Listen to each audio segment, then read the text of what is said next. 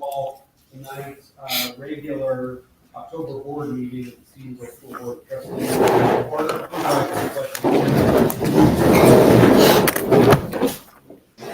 Pledge allegiance To the flag of the United States of America and to the republic for which it stands, one nation, under God, indivisible, with liberty and justice for all. Thank you. We'll start with our roll call for tonight's meeting. Nathan. Billy? Here. Stephanie? I'm here. Dan? Fran? Tony? Here. Jennifer? Here. And Dan?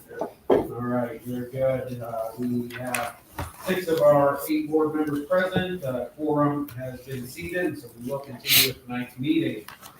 This time I'd ask if there is any board comment for the order or anything the board wishes to comment on that's not on tonight's agenda.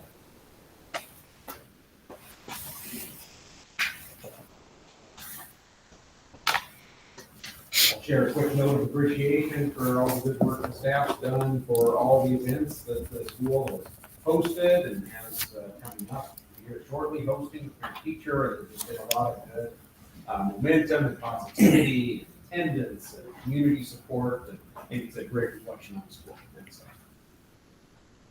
Are there any comments from administration or introductions to be made by administration?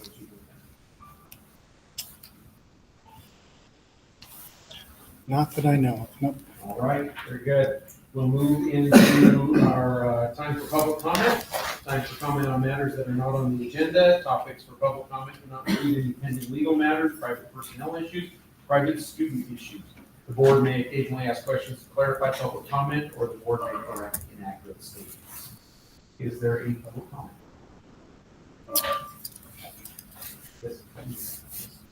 Name? Kathy Cook, assistant boys and girls soccer coach and treasurer and coach of Stevens Sabres. Last month I came to you and we discussed the name of the soccer fields for in honor of Ralph Surratt. We had originally decided on Surratt Soccer Fields, and that came from suggestions from people and mostly from a group of people that's been very close to the project. After we were approved on the fields, we started talking about it. We had it announced at our few home games that we had afterwards. But we kind of started hearing some mumblings, and people said, well, what happened to the word complex? And so we have gone back and we've kind of looked at things and had a few quiet conversations with people in the soccer community. So next month, I just want to let everybody know that I would like to come before the board and ask for a change, or apologize for putting me in a bad spot because I'm the one here. And where's the rest of them? So we just want to let you know that we would like to move next month to called Surratt Soccer Complex. It follows with it being Stevensville Soccer Complex. There's a sign right next to the concession stand that says Stevensville Soccer Complex, so we would like to continue complex. And then move on with our original dedication at the beginning of the 26th season. So I just wanted to make sure there's something happening. Thank you. Further public comment. All right, there's no further public comment. We'll move into tonight's consent agenda, and before we do that, I want to make several points of note. Hopefully I'll make them tonight, and it'll be good for the rest of our board meetings. So it's been brought to our attention by a fellow trustee that we needed to take a look at how we were doing some things with our consent agenda, and so John diligently worked some things out, made sure we were doing everything right by VIA, and so we got a few moving parts to the consent agenda, or a few things will feel different, but this is how we'll do things moving forward. And so we will handle our minutes and claims in the consent agenda, and we'll still have the claims numbered out of course, they're in your packet, look at them. And then within the claims, Glenda and Shelby have done an outstanding job of getting us on the same page. Following our board directive that our Visa card is paid in a timely manner, which in many months, that means the Visa card has to be paid before the board has approved each claim on the card.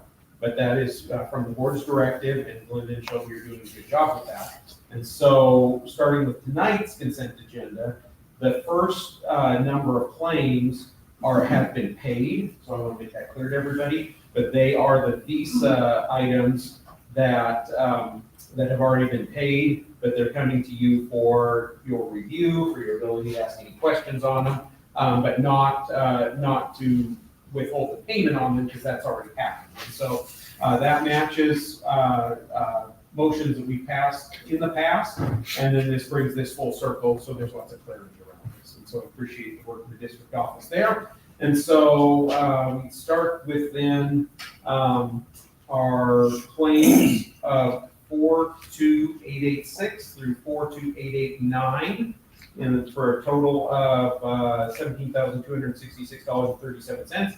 Those are paid Visa claims, and then that's followed by claim 42,800 through 42,884, which are the claims in your packet, as well as claim 42900 and 42901, which are late claims that have been added to tonight's approval. 42900 is $122.20 to Aflac. 42901 is $664 to Must for retiree insurance. And so those are our Visa payments and approval of claims. And then I think the minutes are self-explanatory, so I'm not going to take any time talking about it. So, items on tonight's consent agenda, now we have talked about it, have been organized as such due to their similar nature, deemed unlikely by the superintendent. The board should require individual discussion. Any trustee has the right to request that an item be removed from the consent agenda, be debated and acted upon by itself. Now knowing everything we've talked about here, you've looked through, does any trustee wish to remove an item from tonight's consent agenda? Right, trustee approval of the consent agenda only pertains to those items that trustees legally have the right to approve per Montana Code annotated 2-3-202. Is there any objection to approving the consent agenda as presented? Seeing none, the consent agenda has been approved. All right, thank you. So that's our new process with that, which then shifts our process to employment. And since we are a split district, we'll work through our split district employment now. Starting off with full and regular motions for our substitutes, which are a district-wide hire. So all trustees will be voting on this. And so our first item under 4A is the approval of substitutes who have applied to work for the district. Darla Shelton, Ashley Kopp, Christine Bailey, Mariah Dean, and Melissa Spack. I'd like to remove one item, one person from that. Okay, Item number 4, Mariah Dean. all right. Say then our meeting has to approve district-wide substitutes, Darla Shelton, Ashley Kopp, Christine Bailey, and Melissa Spack. Floor is open for motion. So moved. Billy? Second by Tony. Is there any board comments? Public comment? All right, all those in favor, please say aye. Aye. All opposed, same sign. All right, motion carries. We'll move on to our district-wide staff, which there are none, and so we'll move into the elementary district staff being recommended for hire tonight, including Shannon Barrett, James Lathrop, Billy Dimshaw, Brittany Morris, Riley Driscoll, Carly Olson. Floor is open for a motion. Tony? Second. Second by Billy. Is there board comment or question? Or public comment? All right, Dan, how do you vote? Aye. And Tony, how do you vote? Aye. I vote aye. Stephanie, how do you vote? Aye. Billy, how do you vote? Aye. Motion carries unanimously. High school district staff being recommended for hire tonight include Tara Benyon, Heidi Motley, Jeremiah King, Willie Prince, Corey Sova, Bill Fulbright, Ryan Colley, James White Carver, Adam Bisconi, Tyler Alm, and Reva Burdette. Floor is open. I move to approve all 11 candidates as presented. Thank you, Stephanie. Is there a second? Second. Moved second by Jennifer. Board comment, questions? Public comment? Seeing none. All those in favor say aye. Aye. All opposed, same sign. Motion carries. Resignations, same format. There are no district-wide resignations. There are 2 elementary district resignations, and for clarity of this is because people are moving from one position to another, which does require a resignation. So tonight's elementary district resignations include Jamie Laptop and Jim Shaw. The floor is open for a motion. I move to approve those recommended resignations as presented. Second. Seconded by Billy. Board comment. Public comment. Billy, how do you vote? Aye. Stephanie? I vote aye. Tony? Aye. And Dan? All right, motion carries unanimously. High school district resignations include Haley Thomas. Is there a motion? So moved. Tony? Second. Second by Jennifer. Right, and board comment. Public comment.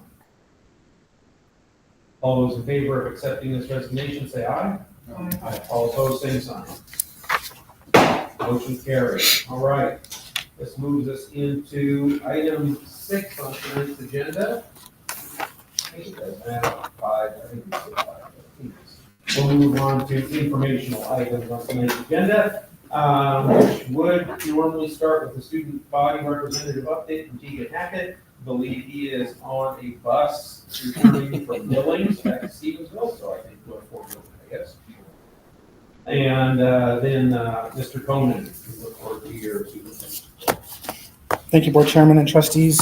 Tonight's board report, going to keep it pretty short. Start first with high school parking lot update.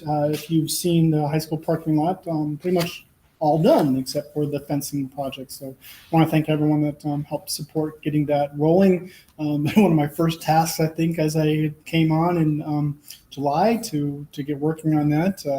I found out how long it takes to work with specific entities that are right around us, where our land is adjacent to them, and it did take a while to get through that. I really want to thank Glenn Frost and all the people that helped support him to get that rolling. It looks fabulous. We've got some lines painted. The next step, obviously, is putting that fence up. I want to note that I did meet with CHS to talk a little bit about what that looks like for them moving forward. I gave them the schematic plan that we had from Glenn Frost, stating where our land goes to all the way to where the fence is at. They talked about possibly moving part of a dirt pile that's part of an old belly dump to be able to use that area, pretty much moving straight forward from the street onto their property to be able to do a turnaround with their trucks. And so that went well as it could, telling them they had to move some of that stuff. But I think having that proactive communication rather than all of a sudden there's a new fence on where they might have been using could be a surprise. So anyway, I want to thank everyone for that piece of it. One other last piece we're going to do is take a drone shot from up above to be able to just show people and advertise out to our community those changes on the parking lot and the flow of traffic in and out of there now. Bus drivers have said it's easier to maneuver in there with the new lines where they're painted with an in and out. So stop sign got moved as well. Everything went as well as planned, except it just took a long time. So last item I want to talk about tonight is this spring going for a technology levy. As you probably know or are aware of, in 2013, the state legislature stopped having perpetual technology levies. That's where you could levy for money for technology, and you would have that forever. You go on perpetually. They have changed that since 2013 to a 10-year sunset for the amount of funding, and then it must go back to voters again.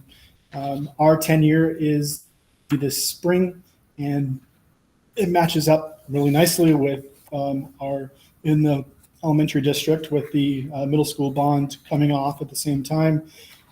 We've talked in resource committee about some options on what that looks like going forward.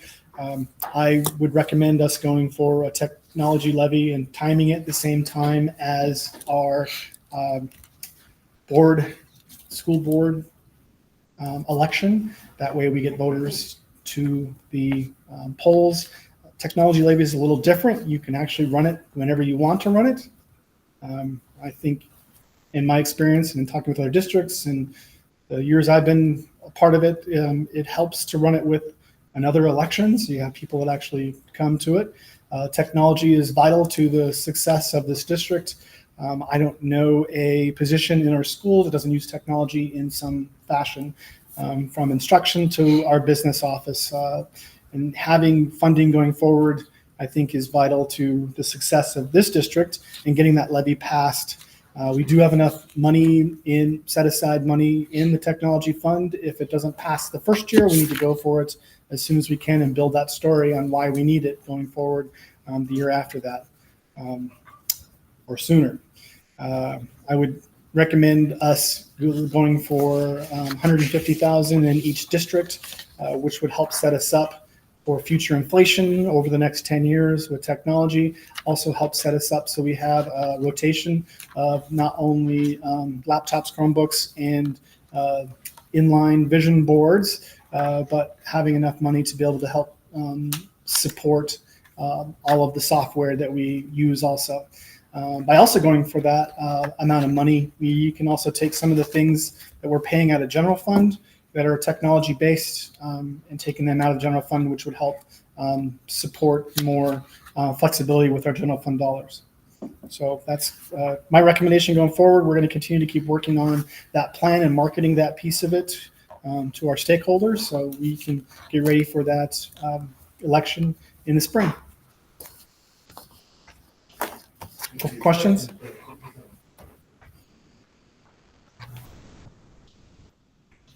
Questions from the board?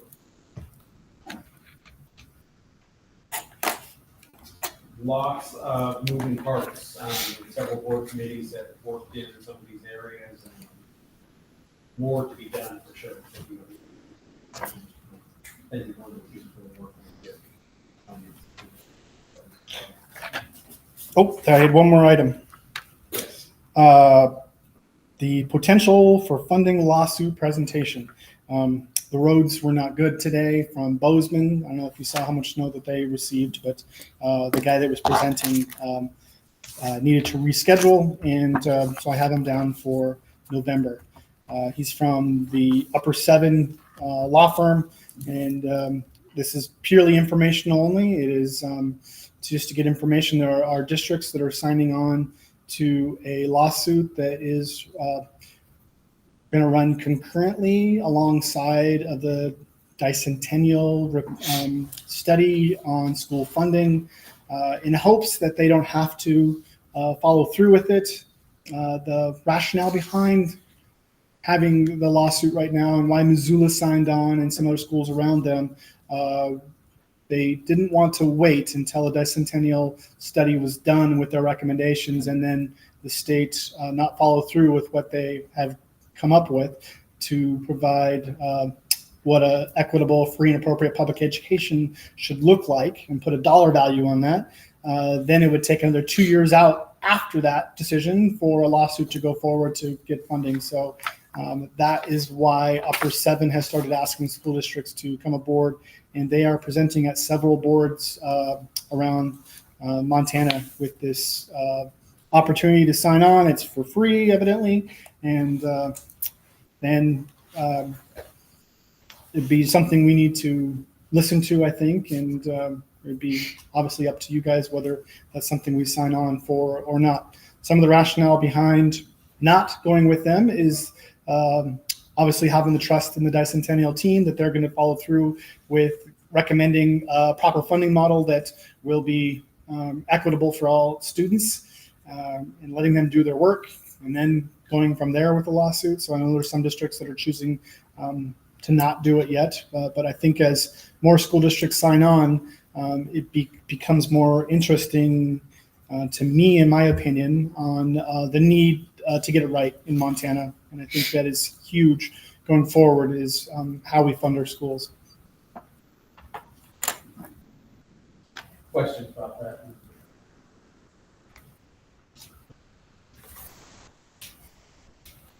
Thank you, John. At this time, we'll move to a middle school updates from Norm. Yes, thank you. So you guys have the board report in your packet, but a couple things that I do want to highlight that we've been doing in the middle school, that Steve and I are really excited about, is our new Amplify reading curriculum, which is Amplify ELA in the 6th grade.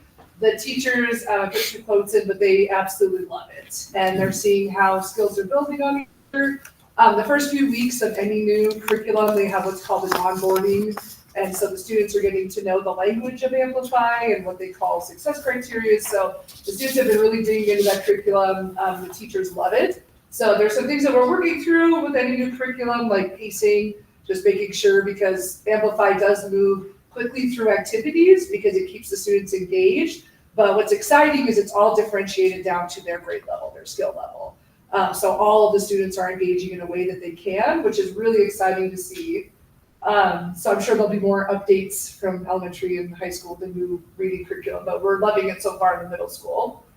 And then IXL Skills, which is our new district-wide assessment for reading and math. And we do that fall, winter, and spring. So we got done with our fall benchmark, and it was some humbling data for the team, so to speak. So I love IXL because I feel like it's giving us a very accurate of where students are in their grade level. Their instructional level might be a bit higher, but this is telling us truly where they're at by standards. And that's exciting. And so the teachers are diving into this data. We've created some tier 2 classes where students are getting that support that are below grade level. So I'm excited to be able to report on some gains by the end of this year. And kind of leading into that, because our team, we looked at this data and we decided how do we want to develop our teams.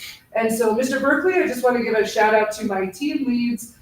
He is leading our tier 1 team, which is everything, any instruction that goes out to 100% of our students is tier 1. And so he's kind of leading the charge on what instructional strategies are we using across the board, and then how are we using advisory, because every student has an advisory period. So are we using that effectively?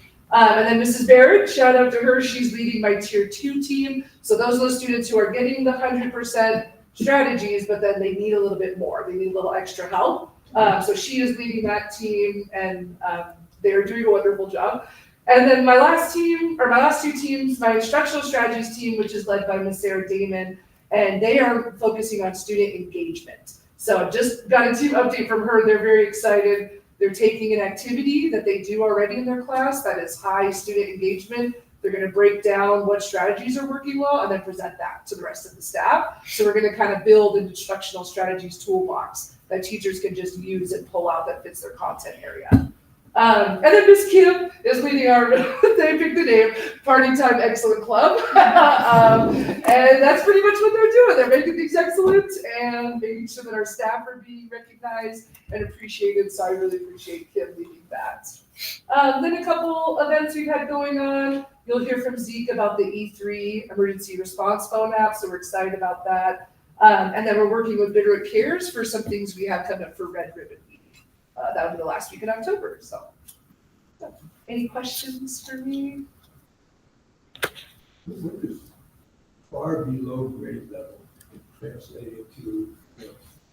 That means that they're missing. They're not at grade level in terms of where their skills are. So they either have, what we're finding, especially in math, is they're missing some fundamental skills that they, for some reason, didn't get K through 5th grade. And so what the IXL program does is it pulls which on those gap areas they have. And so they're working, so they could be working on third grade standards, because that was a gap area that they missed in third grade.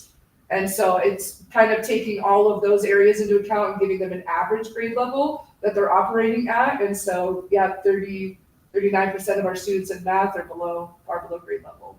So when will they be tested again, or how do you determine when a student has reached that benchmark where?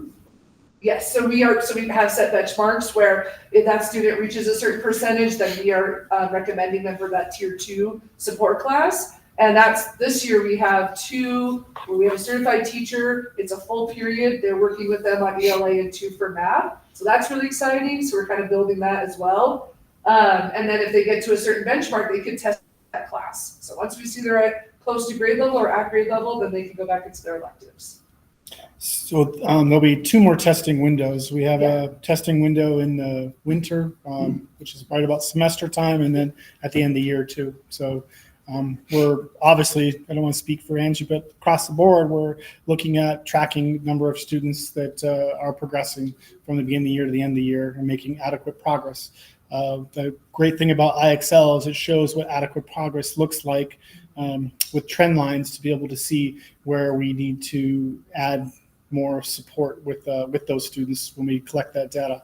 So the power of IXL that we've never had in our district is the fact that we have something that will have K-12 coming up to be able to show that data. We haven't had that. We've had different programs that we've used in the past. I know years ago, I think before any of us that were seated at this table, maybe besides everybody, almost everybody had NWEA, which was MAP testing years ago in this district. MAP testing was from kindergarten to 12th grade.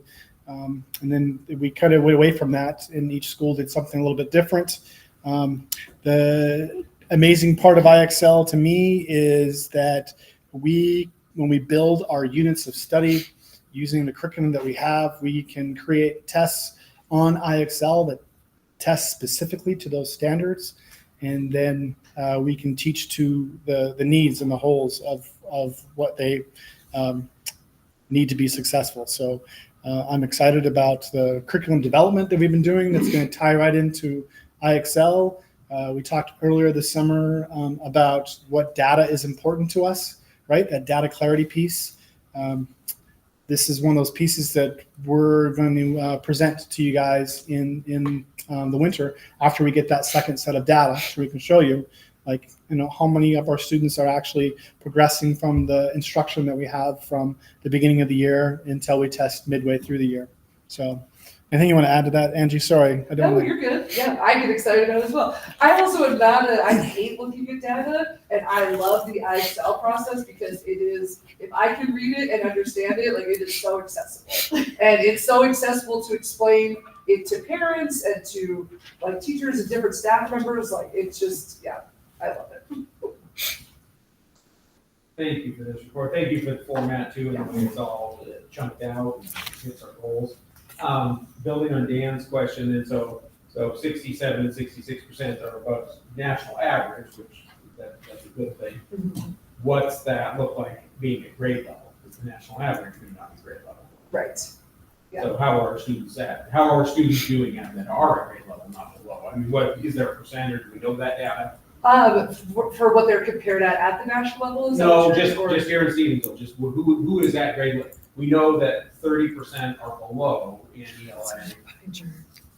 Does that mean the rest are at? Is that just the assumption, or So if you look how do we know that? on that pie chart, there's several categories. So the orange is the far below grade level. All right. And then the yellow is below grade. So I would say they're usually like a 2 grade buffer. Okay. And then the light green is on grade, and then the dark green is above grade. Okay. And then the gray where it says not pinpointed means we probably just haven't students, they call it the arena, but they haven't been practicing within that diagnostic for them to give them a proper grade level. Gotcha. And Stephanie, share. I'm in the deficit. Oh, sorry. So, no, now it's all making sense. Now it's all making sense. Okay. All right. This is the lightest group. Yeah. Yeah. Thanks for. Yeah, no problem. Additional questions from the board? Questions from the public? Thank you, Ms. Arnold. We'll move on to information about the HISEC from Dr. Ryan and Mr. Cardoza and Mr. King. Have a presentation or interpretive dance. Right? Interpretive dance would be great right now. It could be interactive, and maybe we could warm up.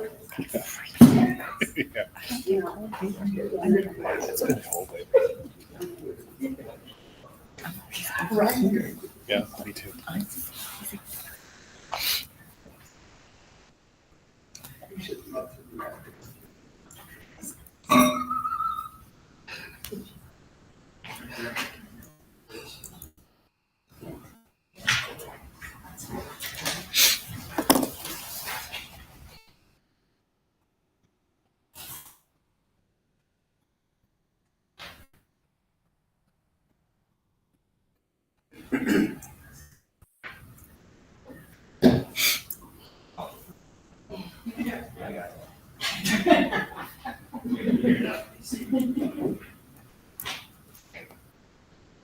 All right, so I'm Robert Ryan. I'm one of the counselors in the high school, and Ms. Cardoza is here as well. She's another counselor.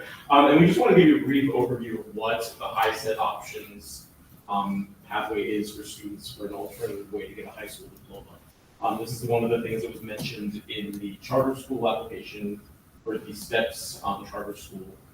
So this is just an overview of what HiSET options is. So basically, it's a different way for a student to earn a high school diploma by taking the HiSET options exams. We spoke with the Office of Public Instruction and kind of got an overview of what the application process looks like, what it includes, what we have to do as a school to manage the program.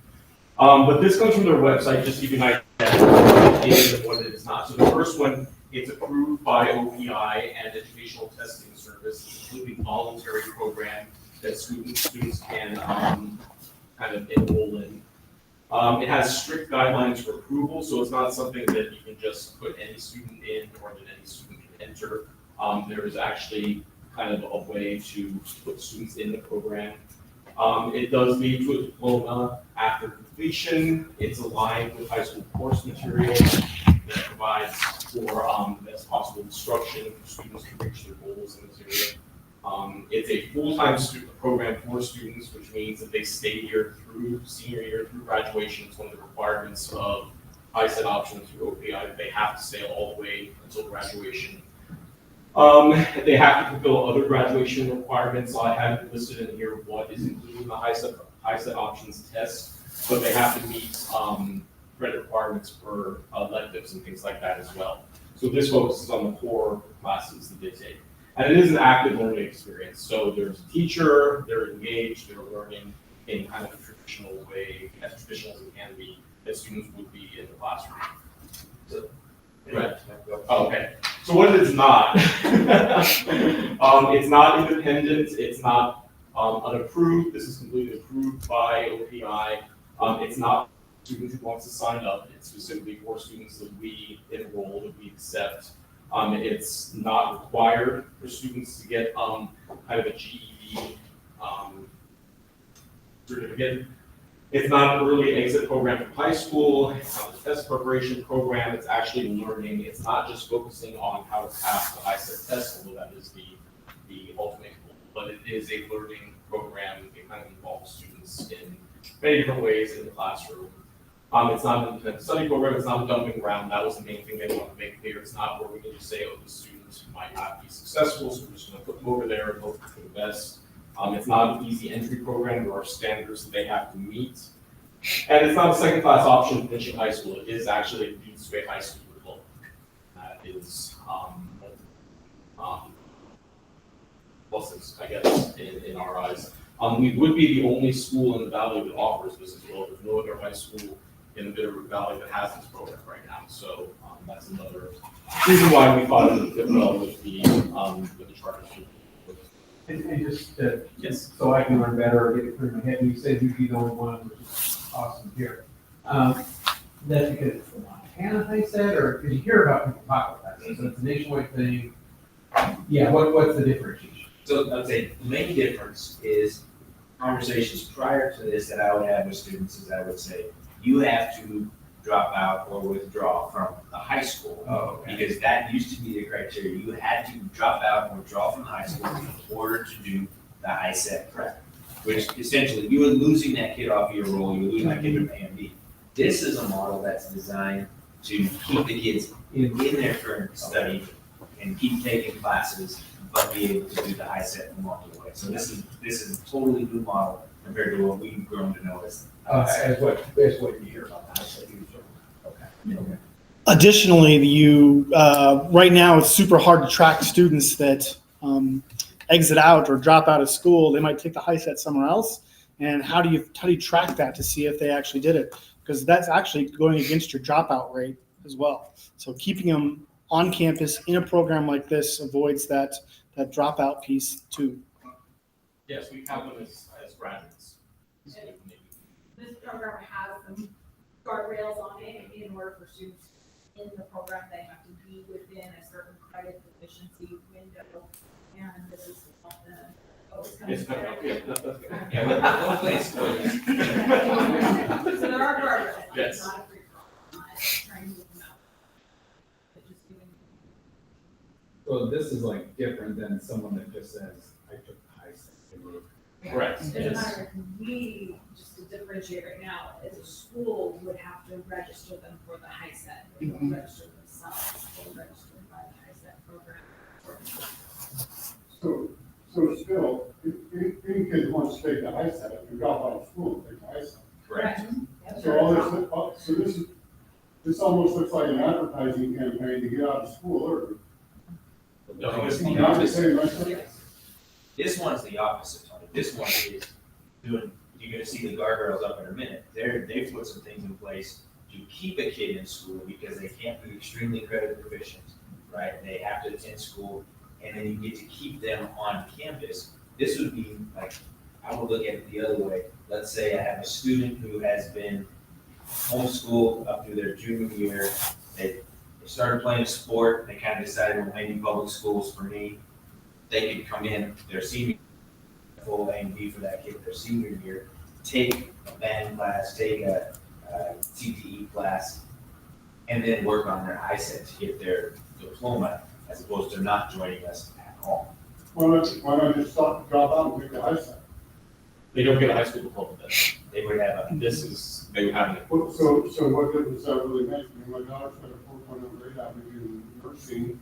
We dropped out after brother skill and took the ISET and went to college 2 weeks later. I don't understand what the benefit is. If a kid decides he wants out of school, if they realize there's a shortcut, and I've seen a couple of kids do this, they figure out there's a shortcut to get out of school, and then they're on it. And even if they have to misbehave and start cutting class and create a train wreck around themselves to get out, they know that they'll eventually get out if they can, misbehave long enough or fail enough courses. All of a sudden, they know there's a plan. I can get a diploma in that. I can get this done. I can get my college, or I can still go to school. I can do anything that a kid can do to graduate, I can do it at ISET, and I can get it when I'm 15 years old. No, and I hear what you're saying. Let's see what the guardrails are on this, because it does sound different. I think the one, I think maybe some of what you're referring to, or what I'm familiar with, is that full dropout, and you lose any support system from the school. And so there could be some kids doing that. Yeah, we can't control everything, but let's see what the guardrails are. I think this is another option for the school to deliver educational services to a particular group of students, whereas there are certain students that would just drop out and go take the ISET. Sounds like to me it's the old GED when you take the national ISET, no diploma, but you have this whole document that says. So this looks to me like another way to deliver an educational service to a particular bachelor or for students. We'll keep going. I think we'll address some of your questions. These are just, I just put in kind of a quick guide to what the tests are. It's language arts writing, language arts reading, math, science, and social studies, and then it's explained a little bit more on the next slide what the guardrails are and the requirements for admission and so on. So what OPI did was they looked at our 3-year graduation rate, which for us is 75, and they have a formula to figure out how many students can be enrolled in this in our school. So for us, because we have a 3-year average of 75, if 8% of our students is the max that we can enroll in this, basically 6 students is what we're looking at right now. So this would be a very small program for anyone that we enroll in it. It's small by design, selected admission. Students have to be 16 years of age in order to enroll in this. It's only for the senior year, so students can apply for this into the senior year. First or second semester, they can apply and enter this program. They have to be at least 1 semester behind, but not more than 3 semesters behind in credit. And that's an important point on this. They can only earn between 3.5 and 10.5 credits total in the program. So for example, we have a couple of seniors right now who have come in without complete transcripts. And this would be a good option for them to make up some of the credits they're missing and still graduate with us on time. The student-teacher ratio cannot exceed 15:1, and students have to have an 8th grade reading level at least in order to enter. Measure that by using IXL. So these are just the requirements for admission that they can achieve if they come into. And if they come in the first semester of their senior year, could they be done at Christmas, is that or? They have to stay all the way to graduation. Okay. Mhm. This is. No, not really. All they have to stay until they graduate. It's also contingent on them passing all sections of this too. They have 3 options. 3 times a year they can test. But they have to have. The student can't pass a particular test. Yeah.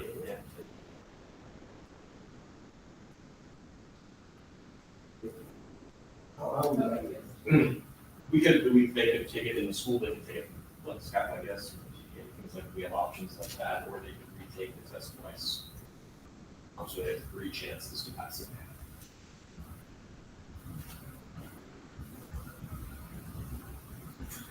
Okay, so students, they have to maintain full-time enrollment in high school. They're required to attend at least 12, but kind of a max around 15 hours a week of in-person instruction in the school. So this would be an ALC with Ms. Haxton supervising them. They have to have a 60-hour minimum instructional class before they can take the tests. It's permitted, testing is permitted after week 5 of the semester, so they have to be here and taking those classes and take practice tests and things like that and pass those in order to be deemed as having a good chance of passing. So that's one of the guardrails we're talking about, is that we don't just like give them the material and then say go take the test. We actually give them practice tests and make sure that they're ready enough to go and take the test. There are, like I said, practice tests required. There's testing centers, just FYI, in Missoula and Hamilton. Hamilton is a testing center. On there, asynchronous learning can be included in this, but it cannot count for the 15 hours instruction. So we can have them working on other things, kind of supplementing what they're learning in class, but they actually have to be present in in-person instruction for that amount of time. They cannot, and that was what the OPI stressed, they cannot finish until graduation, and we're thinking of, at this point, including it in kind of the ALC steps first.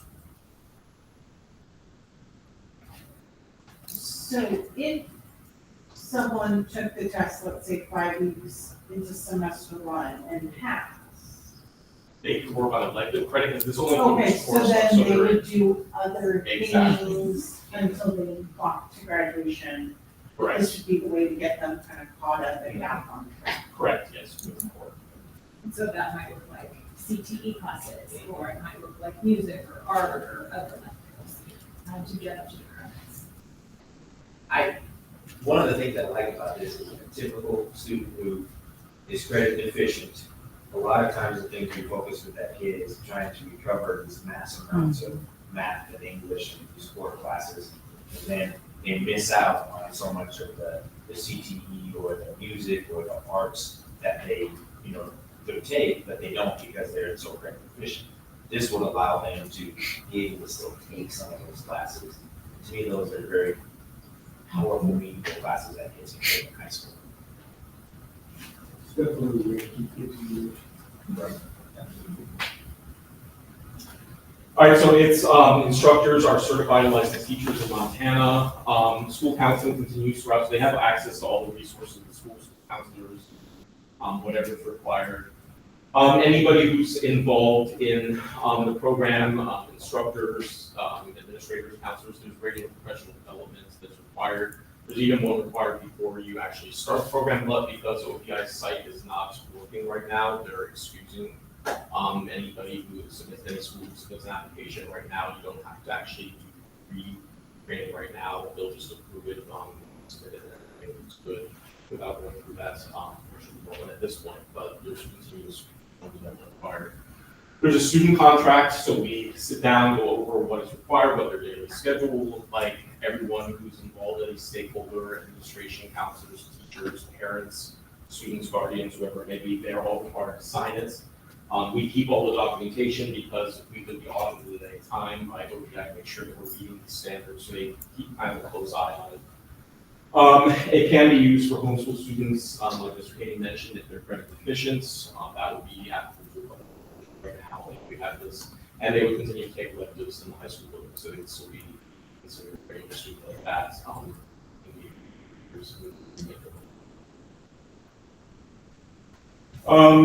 So enrollment, we would enroll them at the beginning of the semester, either the fall or the spring. The roster would send to OPI, 2 weeks after the start of the semester, fall or spring. We're submitting confidentially. And anytime a student drops out or if there's any change to their status, we have to update as well. So as I said, they keep strict eye on what's going on. It is open to students who are in special education, so any student with an IEP or 504, that would kind of carry with them over to ALC or the STEPS program, and the ISET options and their accommodations would be used in testing, things like that. As far as the required resources, one of the things that ISET options focuses on is preparation for career after high school. So the NCIS 360, that's kind of like a career inventory that shows students where their strengths are, where their interests are, things like that. They have to create a portfolio throughout the course of their study in this program and maintain that, and that's one of the things that's required for graduation. So they have a good introduction to what they may want to do after high school. And then they have this career pathway portfolio. We have IXL, ISET software is already, we already have IXL, so that's included in there. And then they just mentioned you might want to buy some ISET text or manuals, things like that, just to supplement instruction in classes.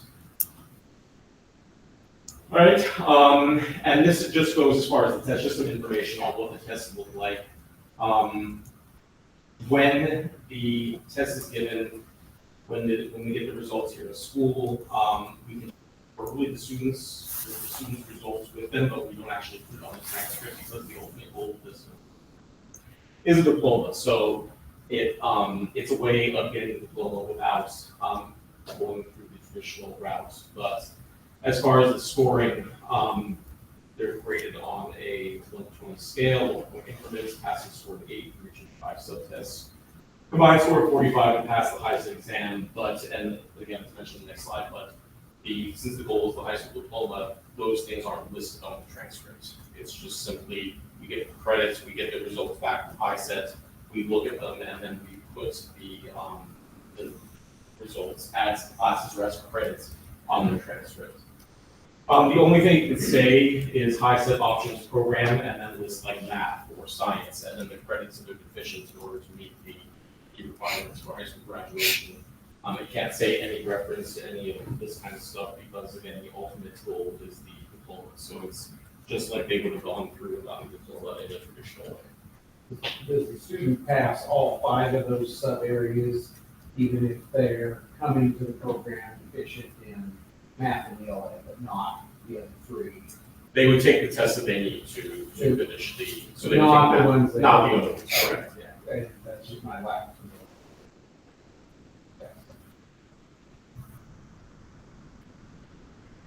And that's it.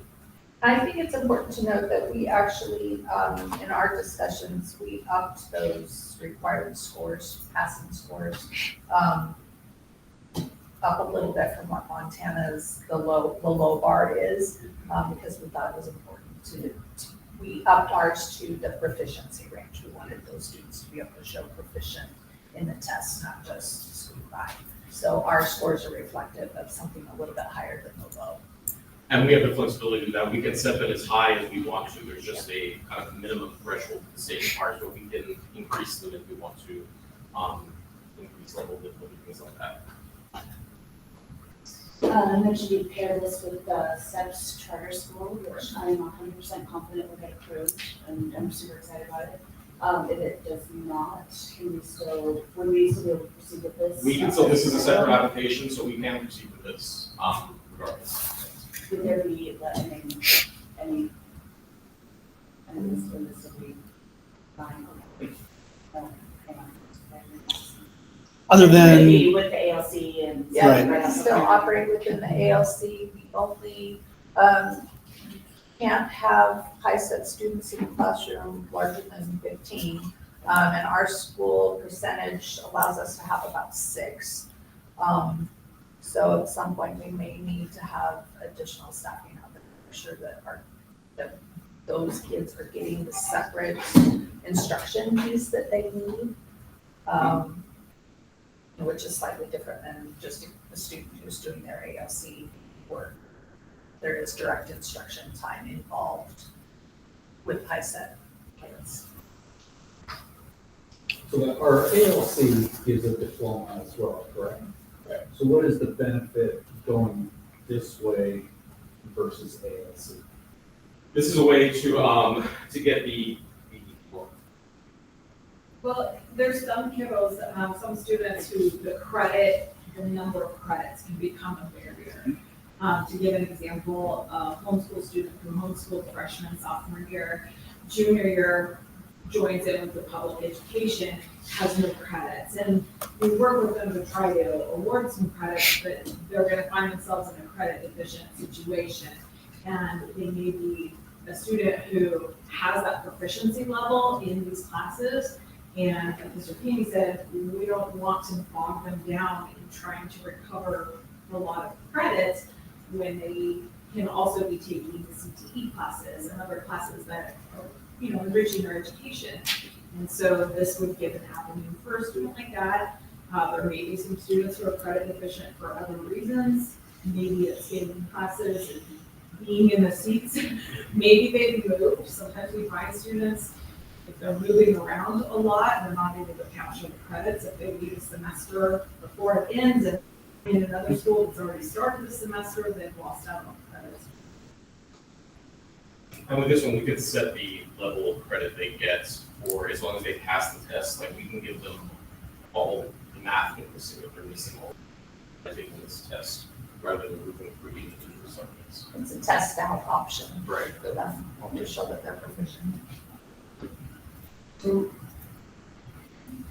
this is like if you want to stay in school, this would be a way to kids that want out are going to get out. This would be, This if you wanted to, yeah, this would be the conversation with the kid who, for whatever reason, wants that diploma, seems to go high school diploma. Right? A lot of times it's that parent's driving them, that parent wants them to have that, it's important that they do that. This is their way to be able to do that and still finish up. The kids you're talking about and the story you tell, those are all valid too. Like a kid who just says, I'm not gonna do it that way, the diploma's not important to me, I'm just gonna go get my ISET, I'm gonna go start a business, and I'm gonna do my thing. That's valid, those are still there, people still do that, but this would be specifically, I wanna do this to get my high school diploma. I understand, I appreciate it. I have a little bit of personal bias because of one of my own sons is, I'm going to show you that I don't have to do that. Once he figured out that there was a high set, he was all ready to fail and everything. get out of school and join the army and move on. It was very frustrating to be, I'm sitting there telling a kid, you need to go to school. And he's like, I don't want to really. You know, it was a rough thing for me, but I understand the thought process and Yeah, we're hoping it's unique enough and different enough that it can draw a specific type or specific subgroup of kids to us.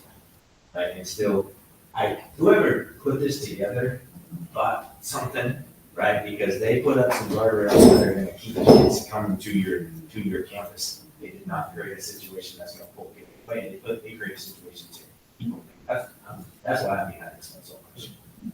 Keep our kids on campus. Well, I think I think we've learned that all kids learn differently and all kids need different things to get to that next step. And I love the creativity you guys are bringing to meeting different kids at different spots to get them to the next step. Is there a route to calculate weekly eligibility for that student who wants to do everything we talked about and then be out there on the field, on the court? I would say absolutely. There's Yeah, we figured out how to do it with ALC and attendance and progress and stuff.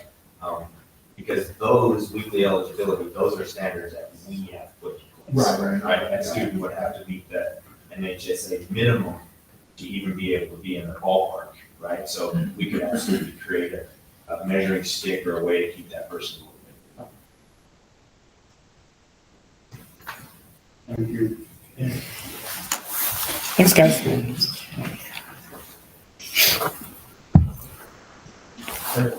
Questions from the public, or questions about this information presentation? All for that. Mr. Keeney, you back with us, looks like you are, for Montana Cares E3 and something about our graduation. Yes, I got stuff that I'll show you guys. Mostly I need to get this out of my office, it's been there for 3 months. But these things are about to start going up in some of our schools, all right? You'll see that some of them are elementary, some of them are middle school, some of them are high school. Maybe I'll let you pass that out. Thank you. But this program is called Montana Cares.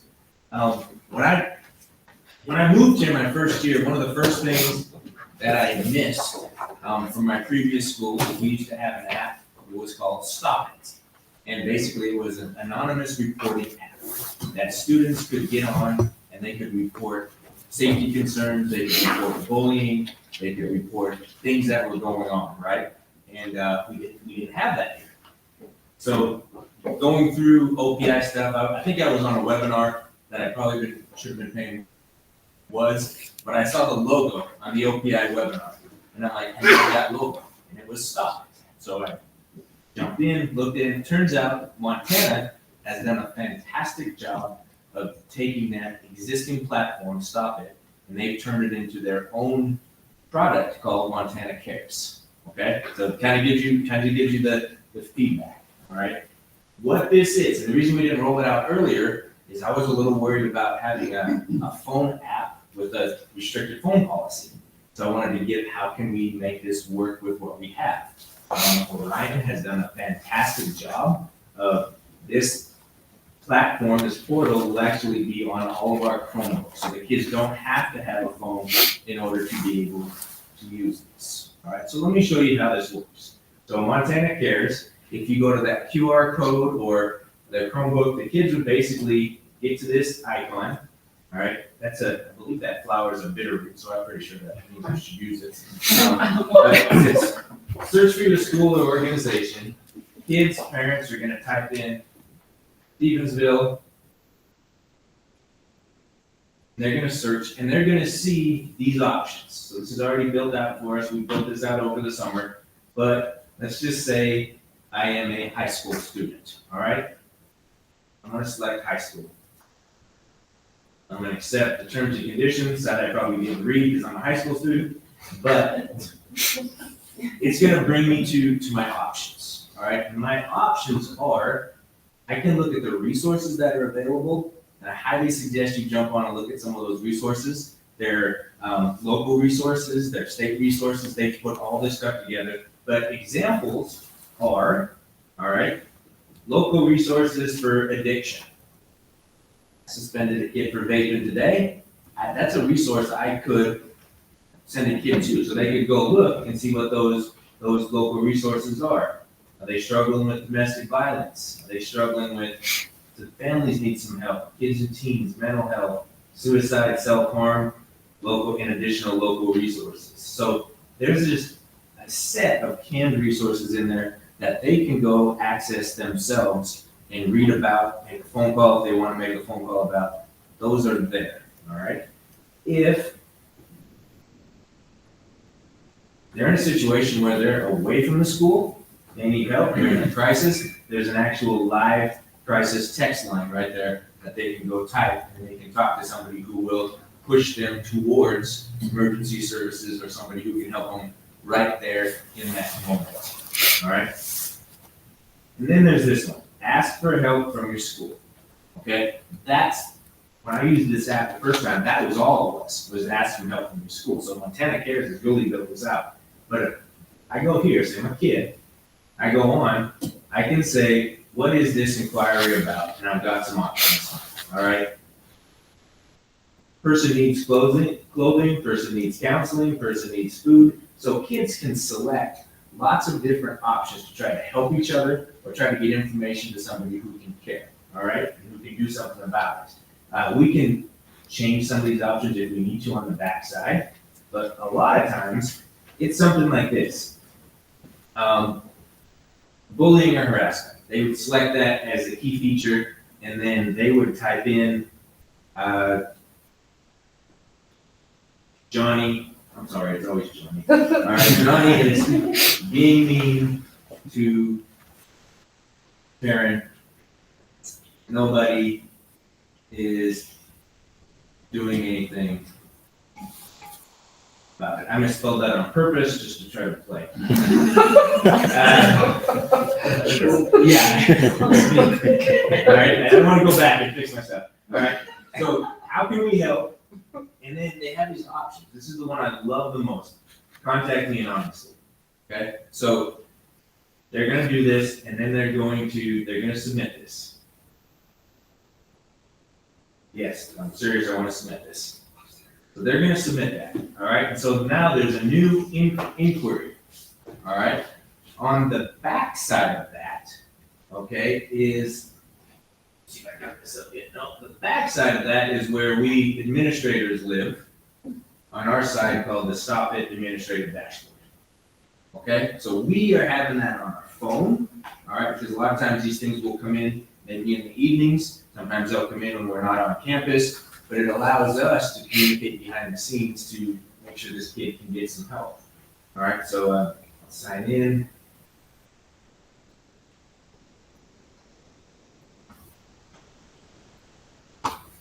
No two-factor authentication. Yeah, today. Yes, leave it alone. That's tomorrow.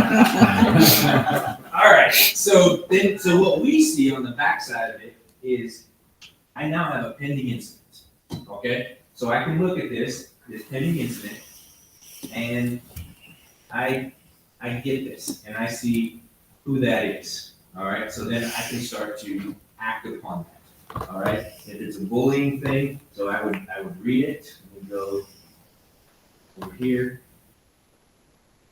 I can read it, all right? And I can decide who I want to assign this to, all right? So we had,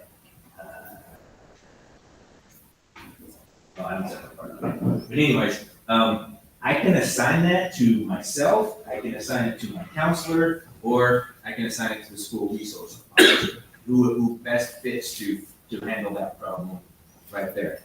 I can communicate back with that kid, it's me in this case, but I can communicate back with that kid, and that kid can remain anonymous if he wants. Most times what happens is, after a couple text messages, the kid says, yeah, this is so-and-so, I'm in Mr. So-and-so's class right now, can you come get me discreetly? right? So you can go down and you can say, I need so-and-so, his grandma here needs to bring his lunch or talk to him real quick. It's a way to have that communication with the kid without the kid feeling like he needs to walk directly from what he saw, have all those kids see him walk to the principal's office, and now it's labeled as being a tattletale or an arc or whatever they're calling each other these days. So for me, it's a very quick way to act on something in a way that doesn't take us nearly as long. All right? When it's all done, I can go and I can close that incident. I can put down what I did. For example, I called this kid in, I did this and I did that. And what it does is throughout the year, it maintains a log for us of all of the bullying incidents that we're required to keep anyways. All right, and then we can track those incidents by how much of these things are fights that we may have prevented because somebody saw so-and-so arguing and they heard that there was gonna be a fight at the park, right? So you'll get some of that information that will help you solve some of those problems in your high school or discrete way. So, any questions on Montana Cares? Yes. Is there a point, like some kind of designated point where you would get parents involved? Yes,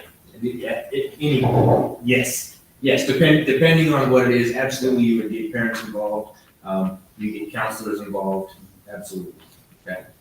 Starting off anonymous is what makes it, for kids, a little less worried about what's gonna happen if they record it. If you had picked a different building, does the language and the questions and the prompts start to trend down? And you know, like the word anonymous, I don't know, you elementary kids, but So- that word, do they know what it means? Depends. So, like, I'm glad you asked that, because one of the next pieces is as we move forward with rolling this out, the first thing we do is we send, they put so much resource behind it. We send a video out that goes to the staff, because that's the first people that need to know, okay, what is this, what are these, what's this little button that's coming up on the screen? So they get to watch a video that explains the app to them, explains the process. The second group of people is a video that goes out specifically to parents, all right? So parents know that this is out there. And that one's extremely important because your little people, all right, your K-3 kids probably aren't getting on here and typing up a narrative about what happened, but the parents can, okay? And so then there's a video that goes out specific to the students, all right? So there's a student video that goes out, it's high school students.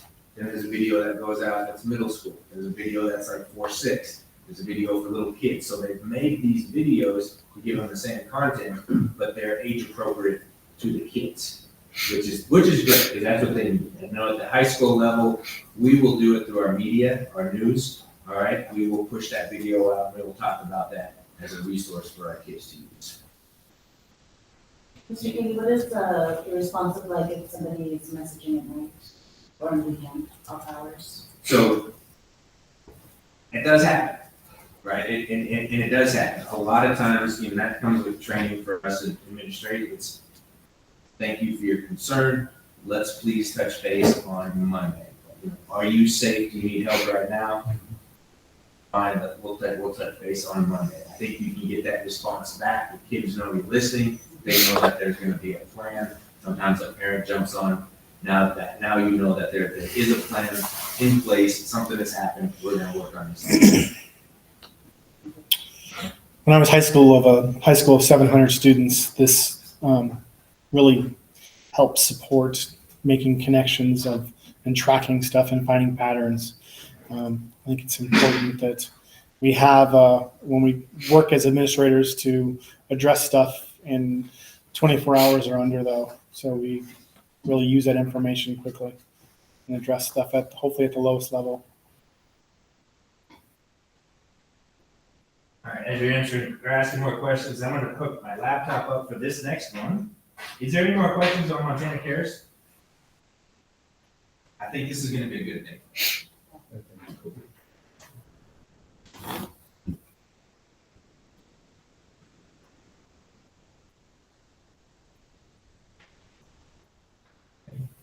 Angie, I might need help. How do I get to HDMI? The input button. It's like an old TV. Yeah.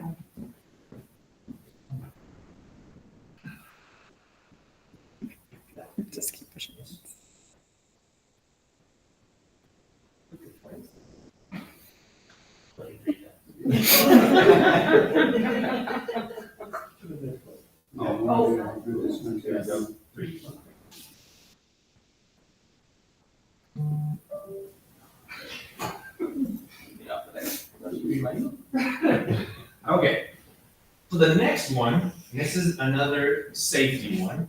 All right, this one I'm super excited about as well. All right, this is a program called E3. We're gonna actually get you guys ready. We're gonna play today, okay? Or Yeah, we're ready.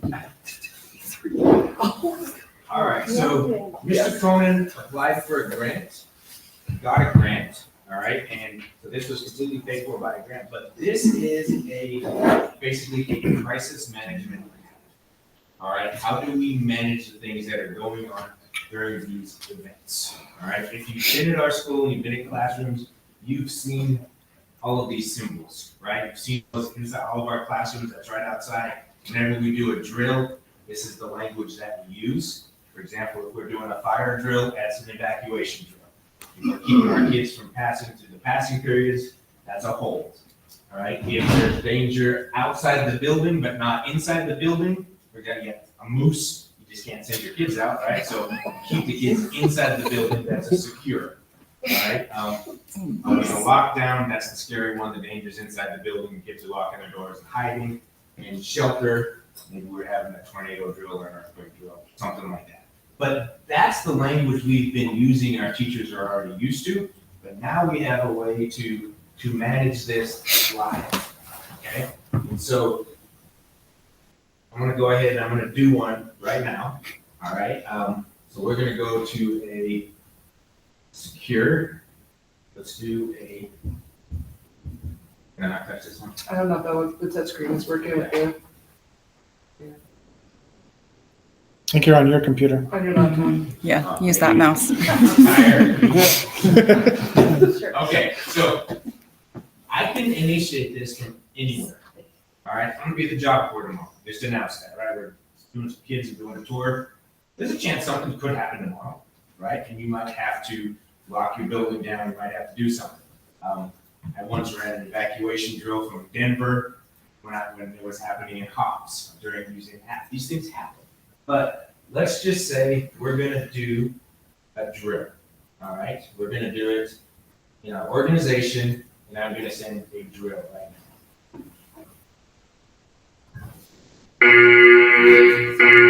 Going off?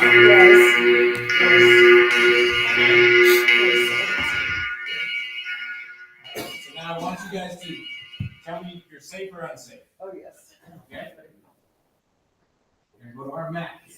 You have to tell you. So now, I'm the principal, and I am looking to see, has everybody in my building responded yet? Now, no. Oh, I did the wrong. There we go. Oh, somebody's unsafe. Oh, no. I'm safe. But I Okay. did the better grade classroom. Oh, now we are. You guys good? Yes, we are Okay. secure. All right. It's what? I said I'm on the practice field. You're on the practice field? Okay, all right, but very light, that's one of the other reasons for this. Coaches, and so when we do drills or when we have events, we got people all over the place, all right? They can do this. There's probably some members of my safety team at home right now wondering why their phone just went off. Mr. Motley, and some of those people, like, what are they doing right now? Anyways, we'll see. But how this works, as we practice this and we get better at this, it allows us to kind of chime in and see where all these people are. All right, so we can go to the high school, we can make this. Be able to zoom that in. You just click on it. And let me just mark myself safe. All right, fine. Okay, go back to my map. Sorry, guys. All right, so people have marked themselves in the locations that they're in as safe. All right, once this whole building lights up green, all right, I know we've been able to account for people. All right, the piece that's coming, the piece that I'm most excited about, as the teachers have this on their end, this actually integrates with our student population. So teachers can take role during a drill or during an event. One of the most challenging things when things go south is knowing if you've got education you know what happened. So people can take role, all right? They can tell us, I'm safe, but I also know where all my kids are. I'm unsafe, so that's an area that we would want to be paying attention to. Or they've marked and they can't find a kid. Which I've never been in a drill where there wasn't a kid out in the hallway who ends up in someone else's classroom. You have to communicate that if something really goes wrong and you have to get kids back to parents. We need to know which kids are supposed to be there and which kids are not supposed to be there. This helps us do that in live time, and this will be something we will be practicing as a staff throughout this year to try to get better at this. I think this is going to help us be more prepared when it's time for us to do a reintegration meeting with our parents when something like this happens. We'll have a better feel. So, any questions on E3? Just gonna do another question, but we could, Right. maybe look at the chat, right? We can, Okay, maybe just look in there, so. just put some in there.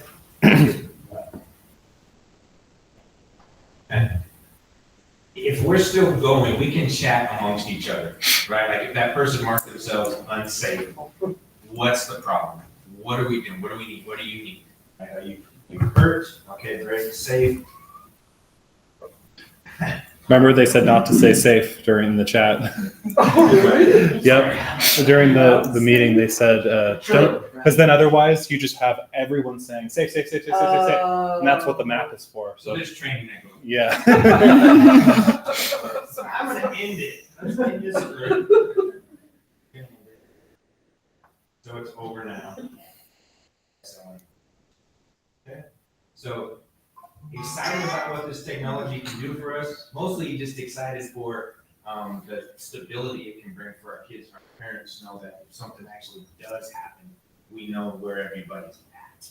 Right? This helps. Since got a whole FFA team that's gone, I know that because of the attendance. So I'm not still trying to find out where those kids are. You know who's supposed to be there and who's not supposed. Another piece of this communication wise is when you research a lot of the school shootings, they have said one of the things that would help emergency services is the ability to talk to people in specific places.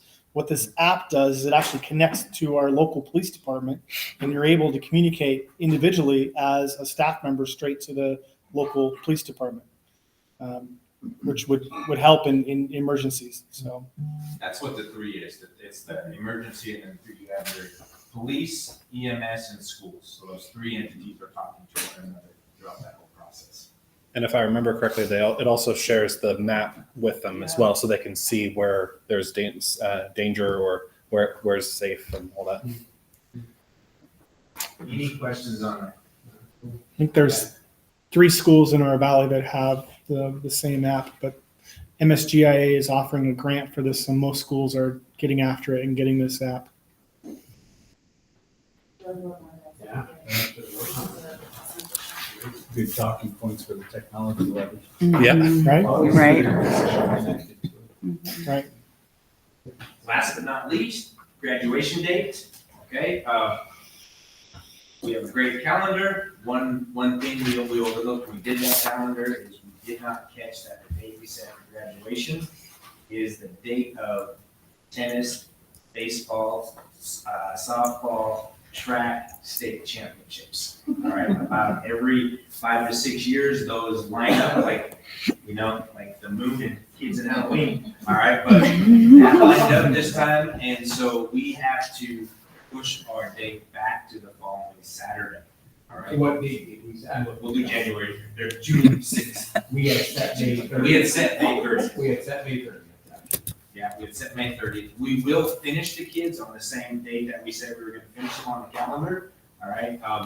That honestly allows us a little more flexibility with some of our senior activities. I don't know if you remember last year at this time, we sent our kids to Coeur d'Alene, but a whole bunch of us traveled on Labor Day, right? Traveled on Memorial Day to go to Silverwood because they weren't open full-time in May.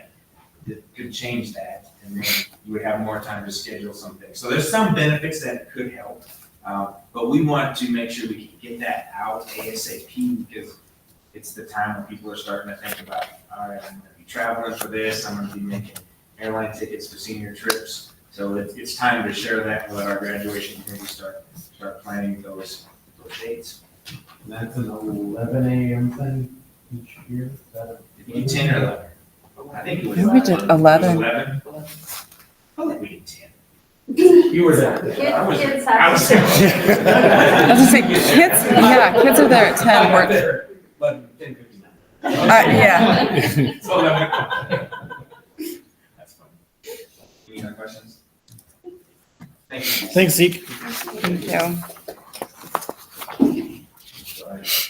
All right, thanks everyone for our great set of informational items tonight.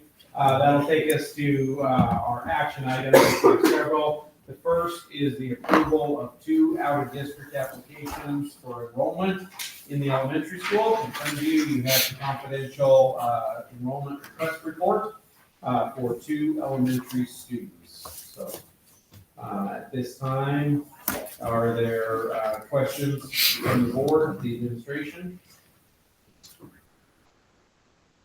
The floor is open for a motion. We accept the district enrollment as presented. Tony, is there a second? Second by Stephanie.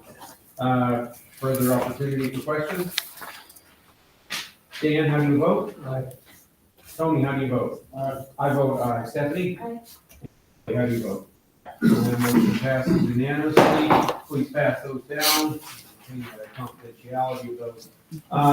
Also in your packet tonight is our standard annual memorandum of understanding for transportation with Lone Rock District. Transportation in Montana is generally governed by an understanding that each other's buses in neighboring school districts don't do regular routes within neighboring school districts. You stay in your own school district. With our setup with Lone Rock being a K-8 and our service of the high school for Lone Rock, that arrangement doesn't quite work, and so we have this MOU. I think the language is the same as the past ones that we've had. John, okay? Correct. So it is our responsibility to approve this or make any edits to it if the board sees any. And then Lone Rock's board will also approve it as well, giving each other school district permission to transit inside the borders of the other partner school district. So with that being said, is floor open for motion. I move to approve the MOU between Lone Rock and Stevenson School Districts pertaining to the transportation guidelines as presented. Stephanie, moved by Stephanie, second by Tony. Questions, comment from the board? Questions or comment from the public? All those in favor, please say aye. Aye. All opposed, same sign. Motion carries. Next, we're being asked to approve the MYCA ISET diploma as presented earlier in the informational meeting, our informational section of tonight's agenda. And so if we had ample information about that, an opportunity to ask questions. So I'll start off by saying that the floor is open for motion. I would like to accept it as presented. Tony, is there a second? Second. Seconded by Billy. It's been moved and seconded that we approve the NYCA ISET diploma for use at Stevensville High School. Questions or comments from the board? Now, is this what we're approving right now, exactly what you talked about earlier, or is that kiddos that have gone to, students that have gone to the youth academy? This is just the Montana Youth Challenge. We would need to bring something else back, I feel like, to do for the rest of it. The next part. Okay. Thank you for the question, man. Okay. So MYCA, I shouldn't use that acronym, Montana Youth Challenge Academy. So it is for formality's sake. All right, comments or questions from the board? Comments or questions from the public? All those in favor, please say aye. Aye. Aye. All opposed, same sign. Motion carries. Item Action items tonight is the approval of application for a charter school, first of two charter schools, application, Stevensville Health Sciences Academy, SHSA. Again, we had nearly an hour of presentation information on these charter schools during our work session tonight. So those members of the public that were here, we had an in-depth and detailed overview of these charter schools. And went through a lot of questions and items at that time during our work session. And so appreciate Mr. Coleman presenting that as well as the team that put these together. And so with that being said, the floor is open for motion. I move that we accept the notes presented. And we'll do one at a time. So SHSA, the Health Sciences. I move that we accept the Health Sciences Academy as presented. Tony with the motion? Second. And seconded by Billy. All right, comment or question from the board? Comment or questions from the public? All those in favor, please say aye. Aye. All opposed, same sign. Motion carries. Item E is the same. It's the request for approval of the application for a charter school for the Stevens Alternative Steps Charter School. I apologize, I don't remember the entire acronym for STEPS, but it's spelled out. So again, excellent presentation earlier with lots of questions from the board and so the floor is open for. I move to approve the charter application submission for the Stevensville Alternative Steps Charter School as presented. Second. Moved by Stephanie, seconded by Jennifer. Question or comment from the board? Question or comment from the public? All those in favor, please say aye. Aye. All opposed, same sign. Motion carries. Thank you, Mr. Cohen and the team for your work, and now it just begins. Get to the next level. All right. Last, and arguably one of the most important things, renewing it in clubs in high schools. Students and a teacher have filled out Form 3550F to renew an inactive club, the chess club at Stevensville. So you have that information in your packet. I do have one quick question about that. I noticed twice in the application that they'll meet during the lunch period on Wednesdays. And is lunch really an hour and 45 minutes long, 11:45 to 1:30, or is lunch till 12:30? Yeah, that's a typo. Okay. I am not doing lunch duty that long. I've been there twice, so Okay. the chess kids get an extra I one. will fix that. No, that's He not. is not safe. Like, are they on to something here? Okay, so the application would be corrected to say that we meet Wednesdays from 11:45 to 12:30? Yes. Is that the lunch period at the high school? Something like that. That's correct. On Wednesday. On Wednesdays, yes. Okay, all right, so, the floor is open for a motion on this application. I would move to approve the renewal of an inactive club of the chess club. Thank you, Jennifer. Is there a second? Second. Seconded by Tony.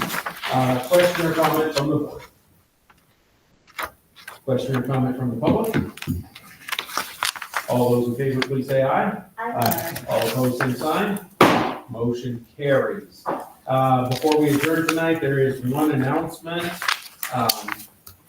Ms. Haxton has formally invited a member of the Board of Trustees to attend the fall induction ceremony of the National Honor Society. It's Thursday, November 20th, in the ALC at 6:30 p.m.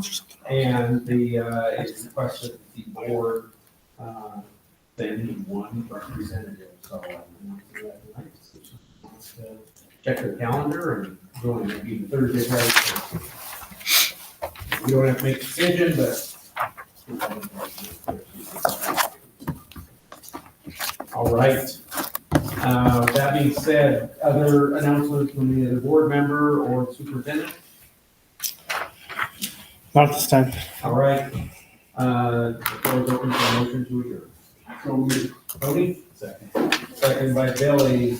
8:34 p.m. All those in favor of adjourning, please say aye. All opposed, same sign. Glenda. Thanks, guys.